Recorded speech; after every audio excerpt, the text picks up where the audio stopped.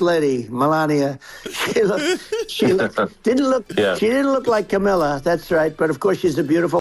I love that he's like thirsting over his opponent from a drawing and then comparing it to his wife. 500 different lefties post a meme where it shows, death knocking door by door versus like Ron DeSantis campaign, then Vivek Ramaswamy's campaign, and then now it's Donald Trump's campaign. Because there hasn't been a lot of success in terms of political candidates, having exclusives on Twitter. In fact, Ron DeSantis' was so bad that Trump did a parody of it. Make his announcement on Twitter with Elon Musk. That wasn't so smooth.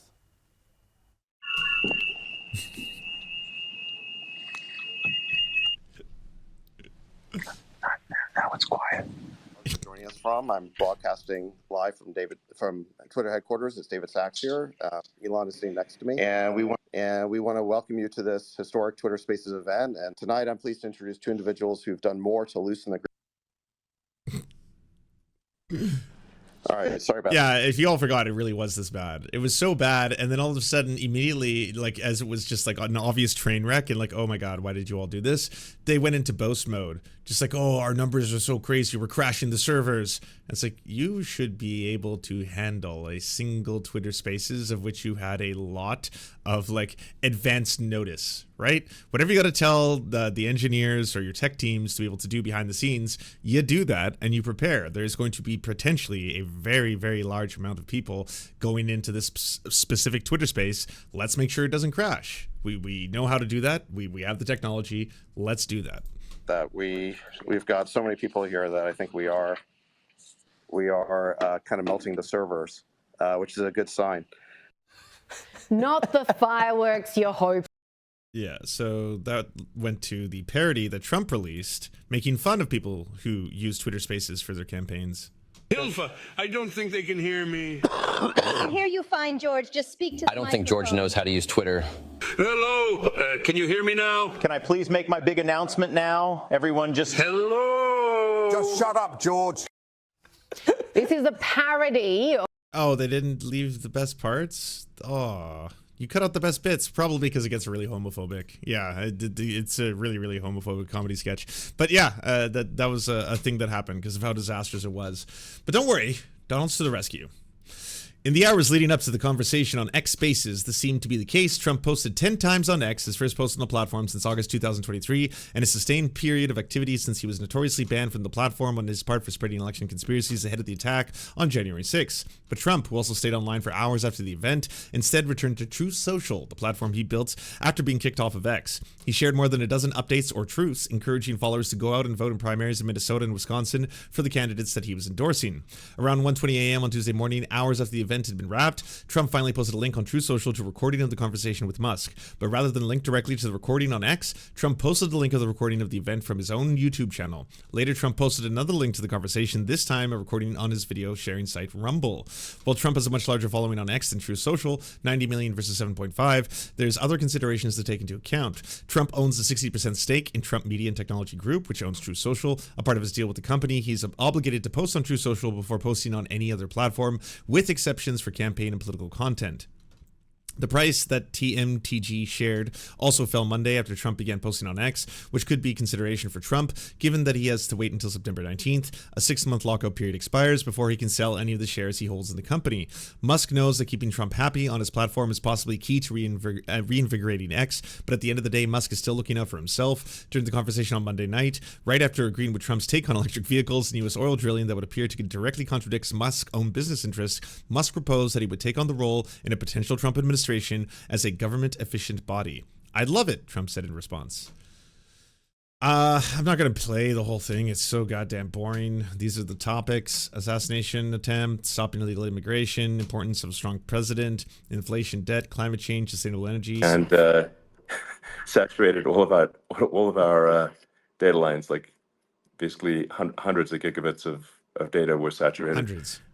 We think we've overcome most of that, and never a better time than now to talk about how you can put all of your banking information on X. Yes, including your credit card information, maybe even your credit score. Soon you'll be able to do all your banking through this app. So it's now time to proceed. But as this this massive attack illustrates, there's a lot of opposition to people just hearing.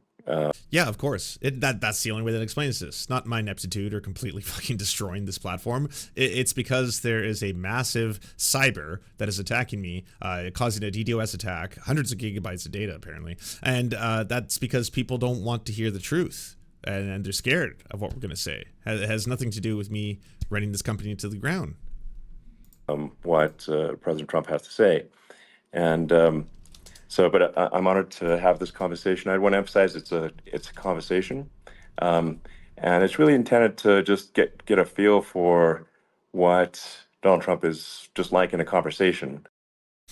Yeah, and I saw people like Jack Pasebic, aka End Wokeness, tweeting out like, "This is absolutely incredible. It sounds like we're allowed to be in the middle of a phone call between these two people," and it's like, y'all are doing the thing again. Like when this happened with Ron DeSantis, where you're all acting surprised that someone thought of radio. Someone invented AM radio. Yeah, it sounds like an AM radio call between two politicians. Congratulations. You know, like what a breakthrough in technology. We unfortunately had a massive distributed denial of service attack against our servers. We think we've overcome most of that, and so it's now time to proceed. But as this massive attack illustrates, there's a lot of opposition to people just hearing what President Trump has to say. Part of the reason why I was excited to endorse you as the President of the United States for having another term here is that was just incredibly inspiring. But I mean, what was it like for you? Not pleasant. I have to be honest. I said there was blood. I had more blood. I didn't know I had that much blood. The sort of slide that got you to turn that. That's also such a weird thing to say, to be like, you know, when you got like shot in the face, that was really inspiring to me. How was that for you? Not good. not fun, you know. Yeah, I gotta be honest, that's probably the most human Trump has ever seemed. I agree. I would not want to be shot in the face, and I would not want to be shot in the face and just narrowly escape it, where I have to look at like the replay and be like, that's outrageous. Literally, me moving my head like this was what changed seconds away from it actually being a real assassination. Saved your life, really. Was the illegal immigration? Yeah, like 2 out of 10, would not recommend. Slide. That slide says you're saved right. your life. No, the illegal immigration saved my life. You're right. Kamala was the border czar. Now she's denying it. And she's such a liar because she was called the border czar the first day, and it was on the headlines of every newspaper. We cannot have her. She's incompetent. She's as bad as Biden in a different... Yeah. Look, she hasn't done an interview since this whole scam started. I think people are not going to be, and they obviously have not been at all intimidated by Biden, and they certainly will not be intimidated by Kamala. And you have to really think of that in the context of global security. When they see a Kamala or when they see Biden, Sleepy Joe, they can't even believe it. They can't believe this happened. Well, you're the greatest cutter. I mean, I look at what you do. You walk in and you just say, at first I was like, what does that mean? Oh, it's because he just completely eliminated all the staff at Twitter, and now it crashes the very conversations that you're trying to promote your brand with. That thing. Yes, I guess, yeah, he did cut a lot of staff. That much is true. Want to quit? They go on strike. I won't mention the name of the company, but they go on strike, and you say, that's okay, you're all gone. I want to close up Department of well, I guess he's talking about Tesla there. Education, move education back to the states where states like Iowa, where states like Idaho, you know, not every state will do great because states that basically aren't doing good now. You look at Gavin Newsom, the governor of California. He's terrible. He does a terrible job. Oh, by the way, did all of you know this? I found this out, and I'm shocked that it's not getting more like press in the news. Donald Trump is campaigning in Jeffrey Epstein's plane. Yeah. I'm not joking.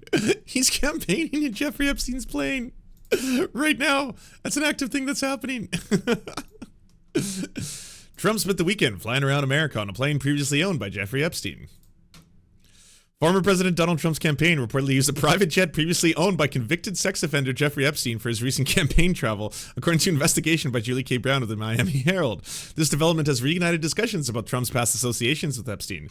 What took place is really gross and strange, and why anyone would ever do that is beyond me. Also, the optics of it. Yeah, I mean, yeah, I know some people are like, oh, well, some people care too much about optics.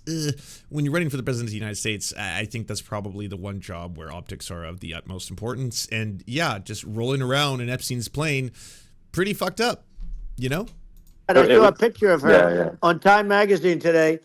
She looks like the most beautiful actress ever to live. It was a drawing. And actually, she looked very much like our great First Lady, Melania. She didn't look. Okay, wait, sorry. Is this the part where he's talking about a picture, like a painting of Kamala, and then all of a sudden She did Time Magazine today. She looks like the most beautiful actress ever to live. It was a drawing. And actually, she looked very much like our great First Lady, Melania. Of CO2. I mean, I think some of that, it's problematic if it accelerates, if you start going from 2 or 3 to, say, 5. It's problematic if it accelerates. I highly recommend everybody, if you want to talk about climate change, watch the brand new Some More News video on it that basically debunks a lot of Jordan Peterson's kind of modern day climate change denial under, kind of a different banner. But it goes into pretty great detail explaining about the history of how human beings have understood climate change, the greenhouse effect for a very long time now, how, numerous companies have spent vast sums of money to try and either discredit or downplay the severity of what was taking place, or what their own companies were complicit in, all the way to what the future holds. And obviously the future, when you're talking about climate change, is usually very doom and gloom. But, they paint two very, very different and stark scenarios. And these are the two pathways now before us. You know which way Western man, and you see that meme where it's like two pathways. One of them is if we just change nothing, do not change course at all, continue business as is, and continue to pump vast amounts more CO2, not even trying to get at like net zero, where we're not putting in more than we're taking out, but we just continue to pump vast amounts. We're looking at around a 26-year window for the complete destabilization of society globally. That's option one. Option two is a much nicer and much cozier and wholesome future, of which there will have to be some dramatic changes, yes, there's no question about that, but it is within our means and it is possible to achieve option two. And option two is the one that all of us should be fighting and striving towards, because it does include a future for your great-great-grandchildren. So it's one of those climate change videos that's not just like, it's over, we're all gonna die. It's one of those climate change videos where it's like, yes, it's really, really bad if we do absolutely nothing and allow basically this capitalist machine, this death cult, to continue business as usual without any kind of change. That's option one, sure. And here's where it goes if we just keep accelerating all the way to a 3-degree warming, right? And no end in sight kind of thing. And the other option is we can effectively try to get to net zero. We have the tools to do so. It is now cheaper than ever to produce electricity from solar power than it's been in human history. There are options available for option two, and option two actually sounds pretty lovely and cozy. So that's why I highly recommend watching. And then there may be. We bought it. We could have flipped it up in 3 weeks, and they sold it for 5 cents on the dollar. That meant, I said, wow, that means that they actually do want to have open borders. She wants to have open borders, and now she's going like she's tough on the border. It's such a lie. Yeah, this is simply not true. This is simply not true. No, and everybody knows it's not true. It's a disgrace that she can say it. No, I mean, obviously, what's happening sort of overnight is they're rewriting history and making Kamala sound like a moderate when in fact she is far left, like far left. Worse than Bernie Sanders. I wish this was true. Man, it'd be so awesome if the way that the right paints liberals was in any way accurate. They talk about Justin Trudeau like he's a communist dictator up in Canada. I've heard Joe Rogan speak about him like that. I'm like, you think he's a communist dictator? And then they're like, well, I mean, I'm not saying that he is the son of Fidel Castro, although have you looked at the photos? Have you seen? But either way, yeah, it does seem like he's enacted a communist regime in Canada. No, he hasn't.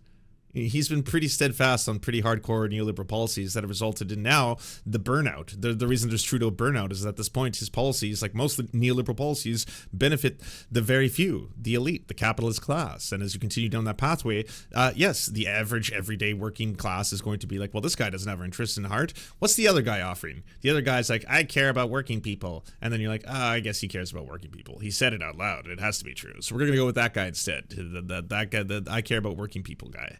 Does he care about working people? He does not. He does not. No, he wants to destroy them. So, yeah, it'd be awesome. It'd be awesome if, Kamala was a hardcore postmodern neo-Marxist who wanted to enact socialism on day one and even more hardcore and radical than Bernie Sanders. That's not the case.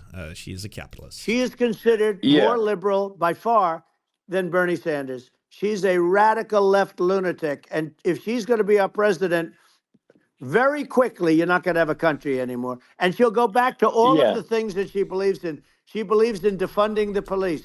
She believes in no fracking, zero. Now all of a sudden she's saying, no, I really want to see fracking. If they got in, the day she got in, she'll end fracking. And by the way, if people didn't think that, the lunatics that really believe in that, they won't vote for her. Once again, I know. Again, all these are not actual policies. Kamala wouldn't have this conversation. She can't because she's not smart. She's not a smart person, by the way. She can't have this conversation. She can't have an online, basically, Zoom call without video capabilities where the other person just agrees with literally every single thing she says. Like, there's no point in this 2-hour interview where there's any pushback outside of, like, the occasional, like, well, yeah, I don't think, like, global warming's entirely made up. But I see what you're saying with that, sir. And obviously you are correct. Drill, baby, drill. It's what we need to do. And can you shit on electric cars some more? That part is interesting to me. And Biden, we don't even have to talk about it. I mean, he couldn't have this conversation. He would have given up on the first half of a question. He would have walked out. He would have said, where am I? Where am I going? So anyway, but no, he wouldn't have this. That's true. Not a lot of people would have this conversation. Yeah. But, we cover a lot of territory. But the beauty is that we can have a conversation, and I'm able to get it out because I get treated unfairly. This is a really big point. You can actually have a conversation with you. Yeah, it's nice, isn't it? And you can't have a conversation with Biden or Kamala. It's like it's not possible. That's true. So this is like talking to an NPC. No. So it's just impossible. Well, but think of it. We need a man or person who's unbelievable.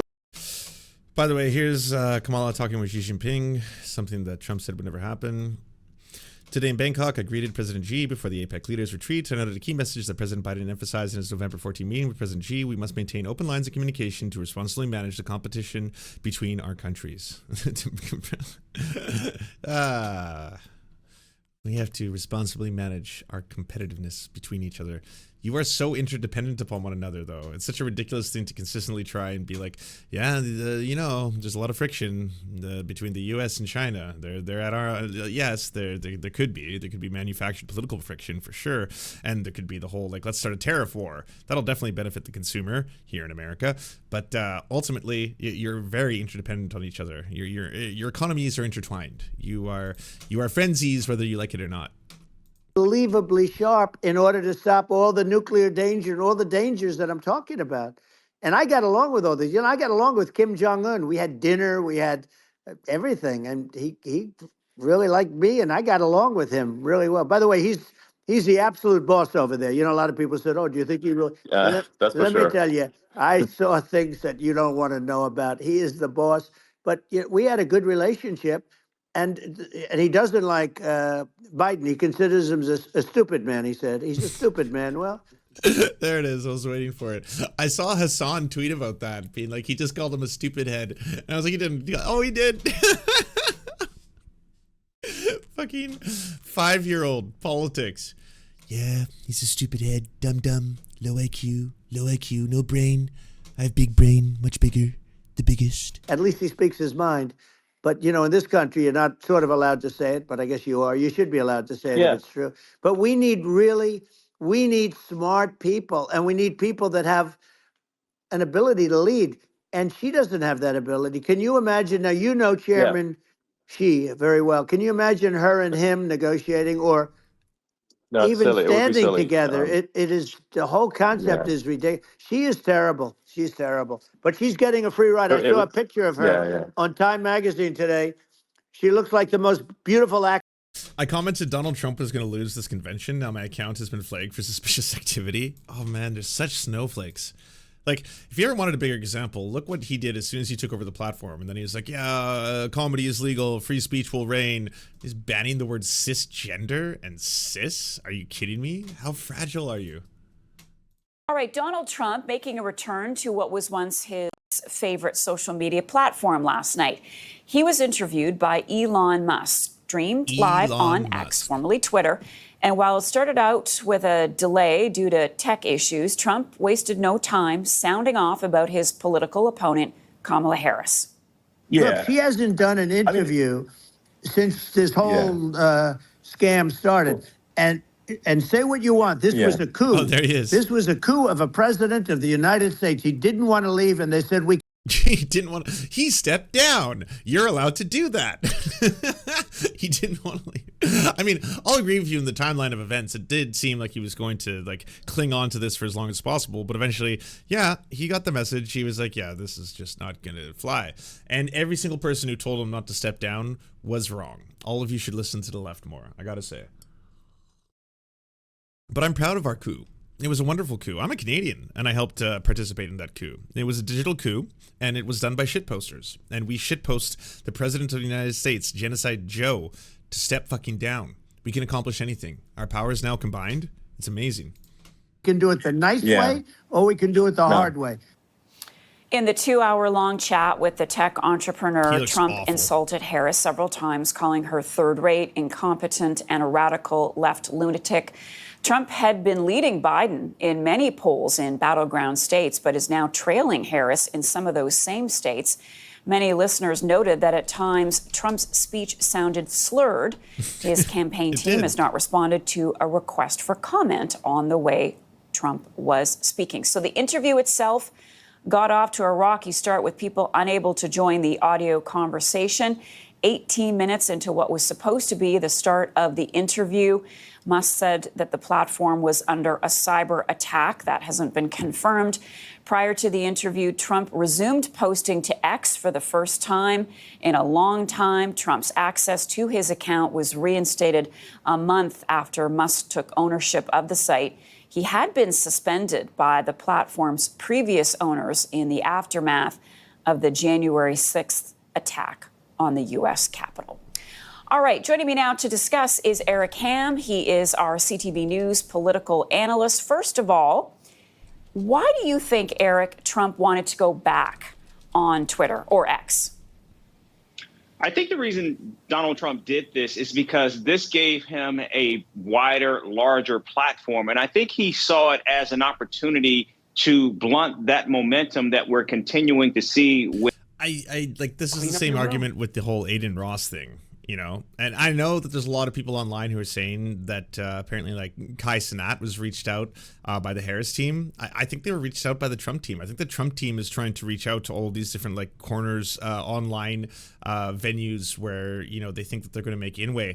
Being on Twitter, which is now basically like Hitler's bunker, the app, you're not appealing to a new audience, for a new demographic. There's no moderate, you know, voter who logged into Twitter and it was just randomly browsing, looked over and was like, oh, Trump conversation, click, and then listened for like 2 hours and was like, you know what, I am convinced. You have swayed me. I'm now ready to help. With the Harris, try to actually win back many of those supporters and regain the lead in the polls. It got off to a rough start. It was about 40 minutes late due to tech issues. The same thing happened when Governor Ron DeSantis, was being interviewed by Elon Musk. Have we learned why this happened, Eric? There's a lot of speculation, a lot of theories. No, we have not. And it seems as though you're right. And also, too, that... Well, we're being told it was a DDoS attack. I don't know if I have information on that. Hunter Walker, I just talked to a source with access to Twitter's internal data who told me that the Trump-Elon conversation, quote, was a negligible event with a small crowd. I was able to verify the source and had access to the data. Musk blamed the glitches on a massive DDoS attack. My source said there was no attack. For a real DDoS attack to have any impact on infrastructure the scale of these systems, it would require a much larger spike in activity, they said. According to my source, the conversation between Elon Musk and Donald Trump didn't even match the normal morning traffic on Twitter. It was 10% bump over the normal afternoon or evening traffic, the source said. At one point, Trump claimed over 60 million people were on his space. He seemed to be citing views for a tweet that featured it, which included people refreshing it during the glitches and people just passing by in the feed. In reality, there were far less people than that on the site at the time. All of this is silly, but also important. Trump has made exaggerating claims about his crowd sizes and is now promoting conspiracy theories about Harris's rally audiences, a core part of his campaign. This refusal to accept real numbers comes as he's laying groundwork to dispute election results.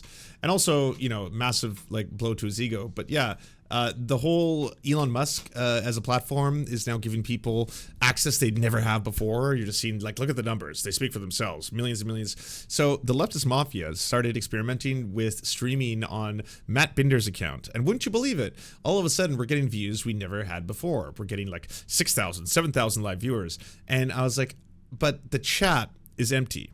There's just one or two people in the chat, when I get 500 or 700 live viewers on YouTube, you can see it moving like this, right? Even having 200 or 300 viewers on Twitch, you can see the chat going like that. On Twitter, that's not happening. What I think is happening is that any single person who is a subscriber to Matt Binder and has Twitter open is now counted as a viewer. Whether or not they're listening in, whether or not they're watching, but just the fact that they have it on the side and it says, Matt Binder is now hosting, the things on the right side, that I think counts as a viewer. And so because of that, yeah, sure, there's 6,000 people who also follow Matt Binder who are also on Twitter right now. That doesn't mean any of them are watching us. Doesn't mean any of them are listening to us, right? And the idea of using that as some kind of metric, oh yeah, these biggest crowds, apparently 1 billion people tuned in to witness me live on Twitter yesterday. And it's I don't think he even scraped 1 million people, to be honest with you. Rollout with Ron DeSantis was seen as a harbinger of what was to come for Ron DeSantis's flailing campaign. And of course, many are wondering what this will mean for Donald Trump as he continues to struggle to find a way to actually regain the momentum from Kamala Harris. But I don't think we learned anything new from either Donald Trump or Elon Musk in this interview. And while I think it will be discussed quite a bit over the next coming days, I think it will do very little to blunt or dent Kamala Harris's growing momentum, especially as she heads into the Democratic convention in Chicago next week. And to that point, he sort of rhymed off his usual list of insults about Kamala Harris and mispronounced her name, although he did come up with a new take on her name last night in one clip where he talked about her cover on Time magazine. We're going to play that sound. We're going to look at the picture, and then I'll come back and get your thoughts on it. Here's what he said. It was a drawing, and actually, she looked very much like our great First Lady, Melania. She didn't look like Camilla. That's right, but of course, she's a beautiful. I love that he's thirsting over his opponent from a drawing and then comparing it to his wife. Woman, so we'll leave it at that. Camilla. All right. So, Eric, what did you make of that? Is that really going to matter to voters when he continues to insult Kamala Harris like that? And now we've got the cover of Time magazine. Clearly, she's continuing to get a lot of attention, and Trump is saying she's getting a free ride. I thought it was very striking because we know Donald Trump is a vain man, and we know that he does. I'm so happy they did the side-by-side comparison just to be like, Trump, what's going on here? Certainly shares his opinions on the looks of women, and I thought it was very surprising that we heard that complimentary praise from him about Kamala Harris and her appearance, comparing her to his wife, Melania Trump. So I think there was that. Is that going to soften his image with those key suburban women voters that he's going to need? I don't think so. But I do believe, again, what we're seeing here is someone who I think is greatly threatened by Kamala Harris and this rise that we're continuing to see. And he's really going after her, pushing that she's getting a free ride from the press. She's not engaged with the press. And I think, again, what Donald Trump is trying to do, even with this interview with Elon Musk, is show the contrast, how he's willing to sit for interviews. He's willing to engage the press where she is not. And I think Well, by the way, I heard that the initial strategy of the comms team of the Harris-Walz campaign has been to allow reporters to be present and do interviews with her for print. And so the first wave is most likely going to be coming out in print form, which is actually pretty astute to suddenly have all these articles appear one after the other whenever they're allowed to be released. My exclusive interview with the vice president kind of stuff. At which point, yeah, most likely you will start seeing more TV interviews. And they also, it's true, they have to roll out their campaign and their promises, their priorities, their goals, all that kind of stuff. Secret bonus episodes as well as uncensored content, go to patreon.com/the Serfs. This show is produced by Anna Loves Riley, Arian McCarthy, Cheryl Alvarez, Comrade Junkie, Doug Caddy, Everything Important, Hagbard Celine, Jimmy Sombrero, Multimondi, Omni, Political Puppy, Preston Kroll, Quiet 185, Riley and Anna, Roller Dragon, Cernicus, Stellar Gwyn, Sebastian Demel, Travis McClinton, Trincell, Words Greenwood, with additional support coming from all of these amazing human beings right here.